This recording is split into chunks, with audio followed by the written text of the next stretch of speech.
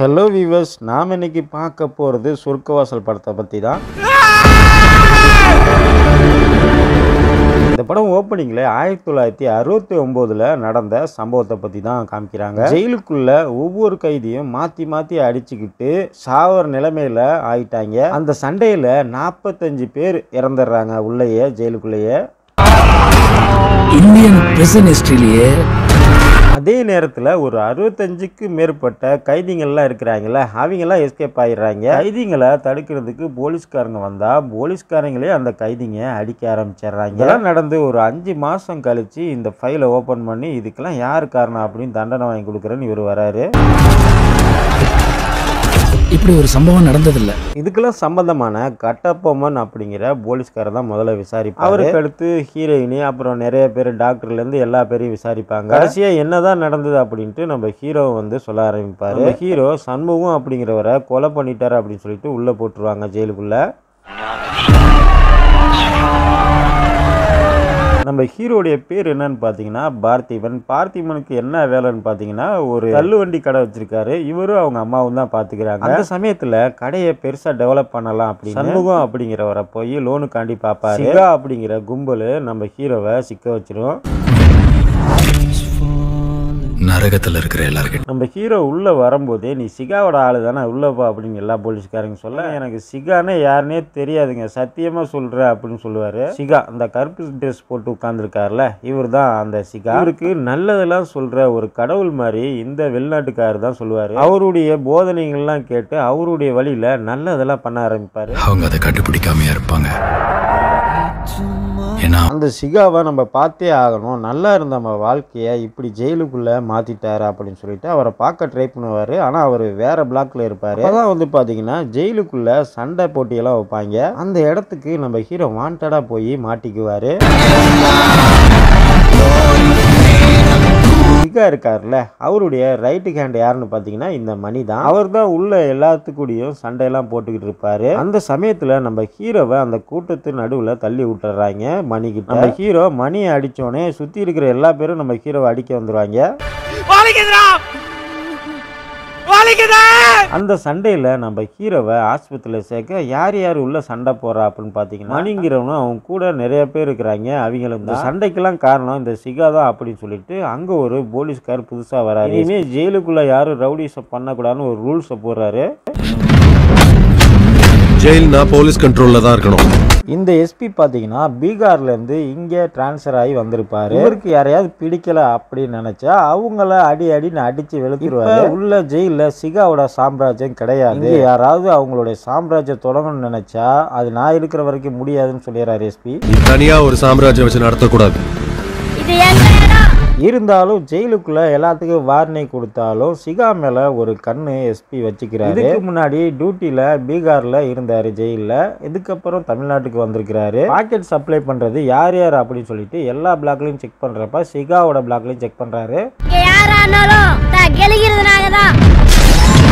இங்கே சிகாவோட பிளாக்ல பார்க்குறாரு, அங்கே எதுவுமே கிடைக்கல. சிகாவோட வெளிநாட்டு நண்பர் போதனையெல்லாம் சொல்லுவார்ல, அவரை வந்து போலீஸ்காரங்களாம் இழுத்துட்டு போறாங்க. சிகா மேல இருக்கிற கோவத்தை எஸ்பி என்ன பண்றாரு, இந்த வெளிநாட்டுக்கார மேல காமிச்சு சாப்பாடு தண்ணி இல்லாம இருட்டு ரூம்லயே சாகடிச்சு. இந்த விஷயம் எல்லா கைதிகளுக்கும் தெரிஞ்சு போயிருது, சிகா உள்பட. இப்போதான் சிகா ஏசப்பா மாதிரி இருந்தவரை இப்போ பாஷாவா மாத்திட்டாங்க எஸ்பி. என்னைக்கு சிகாவோட கூட இருந்த அந்த வெளிநாட்டு நபரை கொன்னாங்களோ அதுலேருந்து அவருடைய வாழ்க்கை வேற பாதைக்கு போகணும் அப்படின்னு சொல்லிட்டு ஒரு பாஷாவா மாறணும் அப்படிங்கிற ஒரு முடிவுக்கு போறாரு. இனி ஜெயில நம்ம வச்சதுதான் சட்டம், இனி நம்ம தான் இங்க அப்படின்ன மாதிரி பேச ஆரம்பிக்க மணி.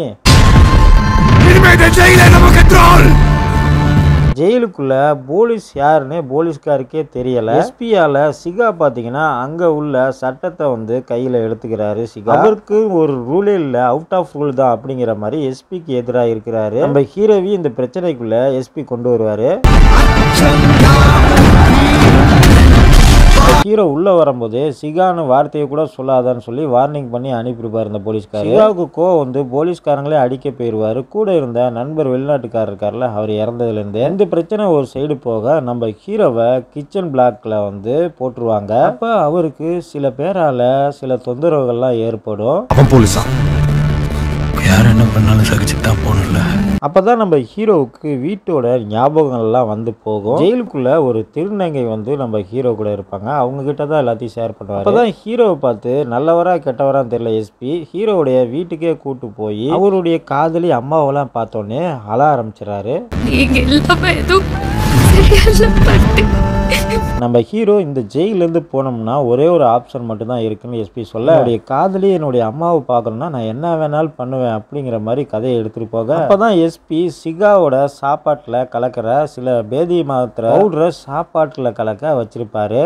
நீ வெளியில போகணும்னு கேட்டேன், நான் ஒரு வழி சொன்னேன். இங்கே ஜெயிலுக்குள்ள போலீஸ் யாரு திருட யாருன்னு யாருக்குமே தெரியல அப்படின்னு இந்த விஷயத்தெல்லாம் திருநங்கை இருக்காங்களா அவங்க கிட்ட ஷேர் பண்றாரு. எல்லாத்துக்கும் சமைச்சு போட்டு வயிறார சாப்பாடு கொடுக்குறாங்க நம்ம ஹீரோ. சிகாவுக்கு பேதி மாத்திரை கொடுக்க சொல்றாங்களே. இங்க யார் போலீஸ் யார் அக்யூஸ்ட்னே தெரியல. ஜெயிலுக்குள்ள அந்த எஸ்பி சொன்ன மாதிரி அன்னைக்கு தான் ஒரு ஃபெஸ்டிவல் வந்திருக்குது. இந்த டேல தான் சிகாவுக்கு நம்ம ஹீரோவை வச்சு பேதி மாத்திரை கலக்கணும்னு எஸ்பி முடிவு பண்ணியிருப்பாரு. ஹீரோ சமைச்ச பிரியாணியை எல்லாத்துக்கும் கொடுத்துட்டு தனக்குன்னு ஒரு பிளேட் பிரியாணியை தனியா வச்சிருப்பாரு. அந்த பிளேட்டு பிரியாணியை பிடுங்கிட்டு போய் சிகா இருக்கார்ல அவருக்கு வந்து கொடுப்பான் இந்த மணி. அவர் இறந்த பிறகு எல்லாத்துக்கும் காரணம் நம்ம ஹீரோ தான். இவனால தான் அவர் இறந்தாரு. இவன் தான் பாய்சனை ஊற்றிட்டான் சோத்துல. நம்ம ஹீரோ மேலே எல்லா பேருமே செம காண்டாயிடுறாங்க. அந்த மாதிரி சமயத்தில் இந்த பாய் இருக்கார்ல இவர் தான் கிச்சன் டீமில் இருக்கார். இவர் தான் வந்து நம்ம ஹீரோவை காப்பாற்றுவார். இப்போ மணியோட ஆளுகளும் ஒரு கத்தியை கொடுத்து ஜெயிலுக்குள்ளே 3 அரசியல்வாதிங்க இருப்பாங்க. அவங்களுடைய நாக்க வெட்டுன்னு சொல்லி எந்த தப்புமே பண்ணாத நம்ம ஹீரோ ஜெயிலுக்குள்ளே இருப்பார். இவரை இப்போ பெரிய பிரச்சனையில் இந்த மணி மாட்டி விட்டுருவான்.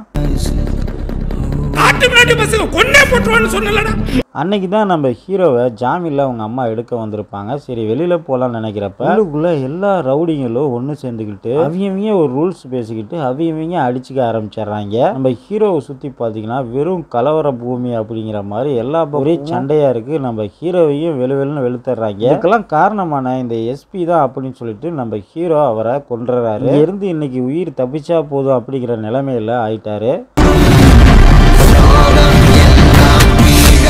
மொத்தத்தில் நம்ம ஹீரோ வெளியிலே போக முடியாத அளவுக்கு உள்ளே லாக் ஆகிறாரு. அவருக்கு ஜாமீன் எடுக்க வந்த அம்மாவாலையும் ஜாமீன் எடுக்க முடியல. திரும்ப அவர் வீட்டுக்கு போகணும்னு நினைச்சா கூட இப்போ போக முடியாது. காதலியோட கூட பேச முடியாது. அப்படியேப்பட்ட சூழ்நிலைக்கு தள்ளப்படுறாரு. சிகாவை கொன்னது யாருன்னு பார்த்தீங்கன்னா நம்ம ஹீரோ கிடையாது. சிகாவை அடிக்கடிக்கு ஒரு லூசு கோமாளி மாதிரி ஒரு கைதி இருப்பார். இவர் தான் அந்த கோமாளி. அல்வாவில் நம்ம சிகாவை கொண்டிருப்பாரு. எல்லா பேரும் பிரியாணியில் தான் மாட்டுக்கு கொடுக்க வேண்டிய பேதி மாத்திரையை மனுஷனுக்கு கொடுத்து சிகா இறந்துட்டாருன்னு நினச்சிருப்பாங்க. சாவி ஒருத்தங்கிட்ட கிடைச்சா இங்கே ஜெயிலுக்குள்ள நம்ம ஹீரோ வரும்போது சிகாவோட ஆளுங்க தான் சண்முகத்தை பொண்ணது அப்படின்னு சொல்லிட்டு அவருடைய பார்வையில நினைச்சிருப்பாரு. சாகிறதுக்கு முன்னாடி சிகா வந்து சொல்லியிருப்பாரு சண்முகத்தை நான் கொல்லல அப்படின்னு. கடைசி வரைக்கும் சண்முகத்தோட சாவு ஒரு மர்மமாவே இருக்கும்.